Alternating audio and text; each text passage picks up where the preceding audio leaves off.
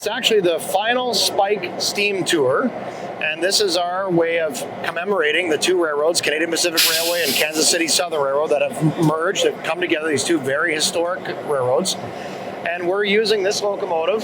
As you can see, she's a symbol of railroading. You don't get any more pure than a steam locomotive, and we're running it across 3 countries, Canada, United States, and Mexico, and we're having special events for the public to come and see the locomotive and our train and to commemorate this historic railroad merger.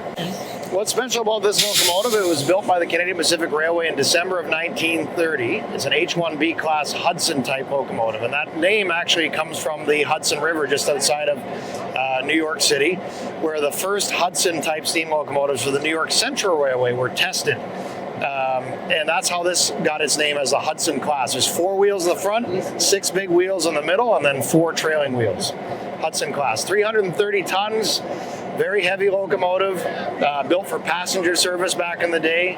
And what's very special, I think, about this locomotive today is that back in the day it was connecting people, pulling passenger trains, and now today it's still, at 93 years old, it's connecting people, bringing people together. That's my favorite thing, is I get to see the faces from up in the cab of the little kids that are seeing one of these for the first time, and I also get to see the faces of people who are in their 90s still who come out to see it, who actually remember these locomotives when they were in regular service. At its core, it's a giant tea kettle. So when you're boiling water on your stove to make coffee or tea, you're boiling water here. And we have a boiler, it makes steam, and that steam gets admitted into those big valves and pistons there, and it makes all those reciprocating parts go around, and that's where you get that chug, chug, chug. That's the exhaust from that steam.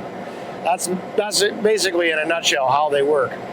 But that's what also gives them a sense of life. You know, the old guys would always talk about their memories on steam locomotives and that they were a living being. And these steam locomotives really are the closest thing that you can get in a machine to a living thing.